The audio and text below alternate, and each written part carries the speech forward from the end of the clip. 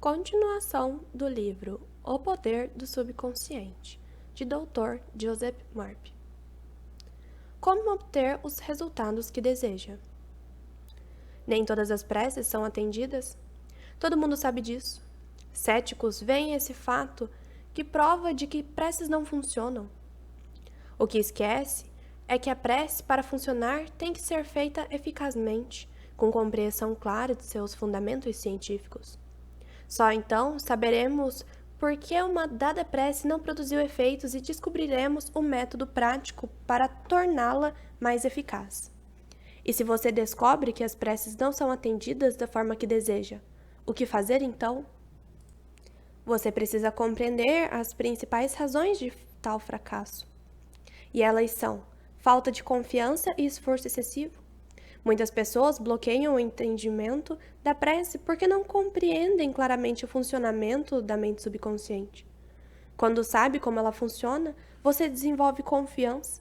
Você tem que se lembrar de que, em todas as ocasiões em que aceita uma ideia, a mente subconsciente começa imediatamente a executá-la. Com esse objetivo, utiliza todos os poderosos recursos de que dispõe. Essa lei aplica-se, porém, não só às boas, mas também às más ideias. Em consequência, se você usa negativamente o subconsciente, ele lhe trará problemas, fracasso e confusão. Se o faz construtivamente, pode contar com orientação, liberdade de ação e paz de espírito. A resposta correta é inevitável quando seus pensamentos são positivos, construtivos e generosos. Disso se segue, obviamente, que a única coisa que você tem que fazer para evitar o fracasso é conseguir que o subconsciente aceite sua ideia ou pedido. Sinta-lhes a realidade deste momento e a lei da mente fará o resto. Acreditando e confiando, transfira o pedido ao subconsciente, que assumirá o trabalho e o atenderá. Você, no entanto, fracassará em todas as ocasiões em que tentar forçar o subconsciente a fazer alguma coisa. Os resultados que deseja vão se tornar mais distantes e não mais próximos. O subconsciente não se dobrará à coerção mental. Ele age devido à sua fé ou à aceitação de uma ideia pela mente consciente. O fracasso na obtenção de resultados pode ocorrer pelo fato de você fazer mentalmente afirmações como a seguinte: as coisas estão piorando, não vou jamais obter resposta. Não vejo solução para isso. Não tem jeito. Não sei o que fazer. Estou muito confuso. Se faz essas afirmações, nenhuma resposta ou cooperação vai receber do subconsciente. Tal como o soldado marcando o passo, você nem vai para frente nem para trás. Em outras palavras, você não vai a lugar nenhum. Imagine que entra num táxi e dá ao motorista uma meia dúzia de endereços diferentes. Ele ficará inteiramente confuso e pode recusar-se a fazer a corrida. Mesmo que ele tente seguir as instruções, as probabilidades são de que ele não conseguirá. Onde você acabaria por chegar é puramente especulativo. O mesmo acontece quando você trabalha com os poderes imersos do subconsciente. Você precisa ter uma ideia bem clara em mente. Tem que chegar à certeza de que há um jeito, uma solução para o irritante problema da doença. Mas só a inteligência infinita do subconsciente sabe a resposta. Quando, na mente consciente, você chega a uma conclusão clara, você se decide e, segundo tua crença, assim se fará. Vá com calma. O proprietário de uma casa, cujo sistema de aquecimento pifou durante um período de frio intenso, chamou um mecânico para consertá-lo. O homem chegou imediatamente. Meia hora depois, o sistema funcionava com perfeição e ele apresentou a conta, $200. O quê? Exclamou chocado o dono da casa. Você não demorou quase nada para consertá-lo. Tudo que você fez foi substituir uma pequena peça. Como é que tem coragem de me cobrar $200 por uma pequena peça que não pode custar mais de 5? O mecânico encolheu os ombros. Só lhe cobrei $2 pela peça nova, disse. É isso que vou pagar por ela. O dono da casa sacudiu a conta diante do nariz do mecânico. $2? Berrou. Aqui diz 200. Isso mesmo, confirmou o mecânico. Os outros 198 são por eu saber que estava errado e como consertá-lo. A mente consciente é o mecânico mestre e sabe tudo. Ela conhece os meios e processos para curar qualquer órgão de seu corpo. Afirme saúde e o subconsciente saberá o que fazer, mas fazer isso de modo exalado é fundamental. Vá com calma. Não crie casos para si mesmo, pensando em detalhes e meios. Decida-se sobre resultados que deseja. Desperte em si mesmo a sensação de que há uma solução ótima para o seu problema. Seja ele de saúde, finanças ou relacionamento pessoal. Lembre-se de como se sentiu após uma doença grave. Não esqueça que a emoção que sente é o detonador de todas as atividades do subconsciente. A ideia daquilo que deseja deve ser sentida subjetivamente, como algo pronto e acabado, não como algo que talvez aconteça no futuro, mas que está realmente ocorrendo neste momento. Use a imaginação, não a força de vontade. Obter a cooperação dos poderes do subconsciente não é a mesma coisa que empurrar um obstáculo. Fazer mais força não vai produzir melhores resultados. Em vez disso, visualize o objetivo como atingido e o estado de satisfação que ele produz. Vai descobrir que o intelecto tenta inferir, esforçar-se para descobrir maneiras de resolver problema e impô-las ao subconsciente. Resista. Esqueça sua habilidade intelectual na solução de problemas. Insista em manter aquela fé simples, infantil, que produz milagres. Imagina-se sem a doença ou o problema. Imagine a satisfação emocional do bem-estar na situação que deseja. Elimine do processo todas as complicações. A maneira simples é a melhor. A imaginação disciplinada produz maravilhas. Uma maneira maravilhosa de obter respostas do subconsciente é pela imaginação disciplinada ou científica. Conforme ressaltamos, o subconsciente é o arquiteto e o construtor do corpo. Ele controla todas as funções vitais. Diz a Bíblia: "E tudo quanto perdideis em oração, crendo, recebereis."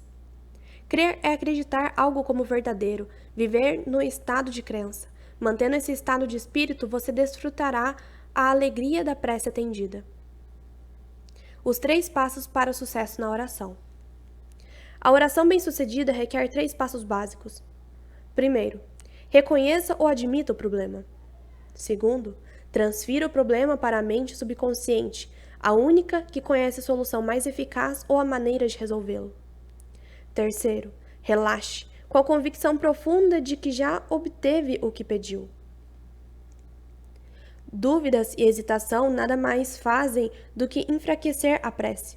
Jamais diga a si mesmo: "Como eu gostaria de ser curado", ou "Tomara que isso funcione." O sentimento sobre o que vai ser feito é o que dá o tom. A harmonia é sua. Convença-se de que terá saúde. Você se torna eficiente ao transformar um veículo do poder curador infinito da mente subconsciente. Com convicção total, transfira as ideias da saúde ao subconsciente. Em seguida, relaxe. Entregue-se ao poder que ele possui e diga ao estado ou circunstância em que se encontra: "Isso também passará." Por meio do relaxamento e da convicção, você impregna a mente subconsciente. Com isso, a energia cinética que existe por trás da ideia assume o comando e manifesta como realidade concreta. Você pode conseguir o oposto daquilo que reza. As palestras de Émile Coué, célebre psicólogo francês, grandejaram-lhe um sem números de admiradores nos Estados Unidos. Em um de seus insights mais importantes, ele disse o seguinte: "Quando o desejo e a imaginação estão em conflito, a imaginação invariavelmente vence." Ele dava a esse fato o nome de lei do esforço contraproducente. Vamos supor que lhe pedissem que passasse por cima de uma estreita prancha no nível do chão. Você faria isso com a maior facilidade, sem a menor dúvida. Agora, suponhamos que a mesma prancha se encontrava a 7 metros de altura, entre 2 paredes. Você poderia fazer o mesmo? Poderia? Mesmo? Provavelmente não. O desejo de cruzar a prancha entraria em conflito com a imaginação. Você se imaginaria caindo e se esborrachando no chão. Você poderia querer muito atravessar a prancha, mas o medo de cair o impediria de fazer isso. Quanto mais esforço para dominar ou reprimir a imaginação, maior força você daria à ideia dominante da queda. O pensamento "vou passar minha força de vontade para vencer o fracasso" reforça o pensamento de fracasso. O esforço mental frequentemente leva à derrota autoimposta, criando o oposto do desejado. Focalizar-se na necessidade de usar força de vontade implica enfatizar a condição de impotência. É como você resolver que vai fazer tudo o que puder para não pensar no hipopótamo verde. A decisão torna dominante na mente a ideia do hipopótamo verde, e o subconsciente responde mais à ideia dominante. O subconsciente aceita a mais forte de duas proposições contraditórias. Você, quem sabe, descobre que pensa o seguinte: eu quero cura, por que não posso consegui-la? Eu me esforço tanto, por que não consigo resultados? Tenho que me obrigar a rezar com mais determinação. Preciso usar toda a força de vontade que tenho. Você precisa compreender onde está o erro. Você está se esforçando demais. Jamais tentou obrigar o subconsciente a aceitar uma ideia usando a força de vontade. Essas tentativas estão condenadas ao fracasso. Na maioria das vezes, você termina obtendo o oposto daquilo que rezou. A ausência de esforço é o melhor caminho. Já lhe aconteceu alguma coisa como os seguintes? Você vai submeter-se a algum tipo de exame. Investiu muito tempo estudando, recapitulando a matéria. Acha que assimilou bem, mas quando olha para a folha em branco da prova, descobre que sua mente ficou ainda mais branca. Tudo que você sabia sobre o assunto sumiu. Não consegue recordar nenhum único pensamento relevante. Trinca os dentes e convoca toda a sua força de vontade. Porém, quanto mais se esforça, mais parece que o conhecimento se afasta. Frustrado, você deixa a sala. Diminui a pressão mental. De repente, as respostas que andou procurando com tanto desespero, minutos antes, fluem provocadoras em sua mente. Você disse a si mesmo que sabia a matéria e era um fato, mas não quando precisou dela. O erro que cometeu foi tentar forçar-se a lembrar. De acordo com a lei do esforço contraproducente, essa atitude levou não ao sucesso, mas ao fracasso. O que conseguiu foi o oposto daquilo que pediu ou orou. O conflito entre desejo e imaginação precisa ser resolvido. Usar de força mental ou força de vontade pressupõe a existência de oposição. O ato de imaginar oposição, porém, cria oposição. Se você se concentra na obtenção daquilo que deseja, não se concentra mais nos meios para torná-lo realidade.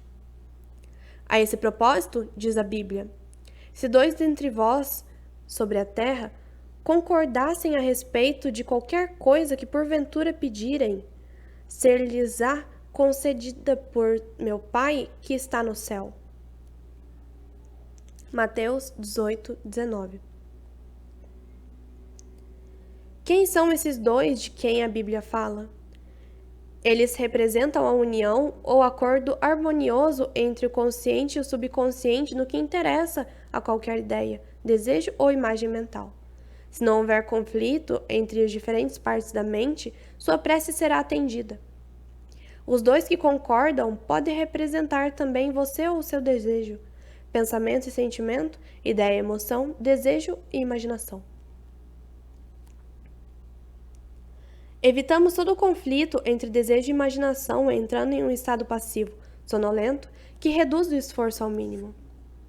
Na maior parte, a mente consciente submerge quando caímos em estado de sonolência, e a melhor maneira de impregnar o subconsciente é imediatamente antes de dormir. A razão disso é que mais alto afloramento do subconsciente ocorre imediatamente antes de dormir e pouco depois que acordamos. Nesse estado, os pensamentos e imagens negativos, que tendem a neutralizar nossos desejos e impedir sua aceitação pelo subconsciente, estão ausentes.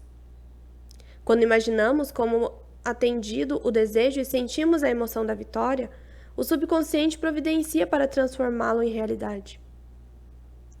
Muitas pessoas resolvem seus dilemas e problemas recordando a imaginação controlada, dirigida e disciplinada.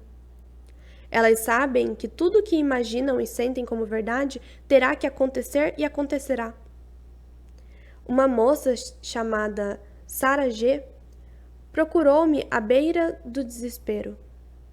Estava metida em um demorado e complicado processo judicial, com atendimentos sucessivos, sem nenhuma luz no fim do túnel. O que ela mais desejava era uma solução amigável do litígio. Suas imagens mentais, contudo, transbordavam de fracasso, perda, falência e impotência. A imaginação prevaleceu sobre o desejo e o processo judicial arrastou-se, sem sinal de solução. Por sugestão minha, Sara colocava-se em um estado sonolento, passivo, sempre que ia dormir, e em seguida passava a imaginar o melhor resultado possível para o problema.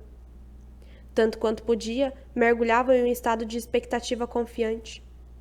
Sabia que a imagem que formasse na mente teria que concordar com o desejo de seu coração. Entrando em estado de sonolência, começou a imaginar com tanta clareza quanto possível o encontro com seu advogado, depois de resolvido o caso. Ouviu-se perguntando sobre o resultado e escutando-lhe as explicações, e ele repetiu um grande número de vezes.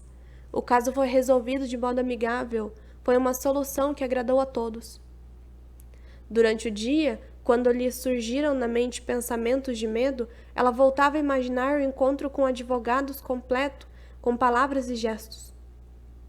Visualizava o sorriso do advogado, os maneirismos dele, o tom da voz, as palavras usadas por ele. Fazia isso com tanta frequência, com tanta fidelidade ao roteiro, que os medos dela, combatidos antes mesmo de tentarem aflorar a mente. Ao fim de algumas semanas, o advogado ligou e confirmou que ela estivera imaginando e sentindo como realidade. O processo judicial fora resolvido e ela teve certeza de que a solução era harmoniosa e que podia aceitá-la. E foi isso realmente o que o salmista quis dizer quando escreveu: as palavras dos meus lábios, seus pensamentos e imagens mentais, e o meditar do meu coração, seus sentimentos, natureza e emoção, sejam agradáveis na tua presença, Senhor. Rocha minha, sedentor meu, o poder e a sabedoria do subconsciente que pode redimi-lo da doença, da dependência e da pobreza. Salmos 19:14. Ideias que valem a pena recapitular. 1. A coerção mental ou o excesso do esforço representam a ansiedade e o medo que bloqueiam o entendimento de sua prece. Vá com calma. 2.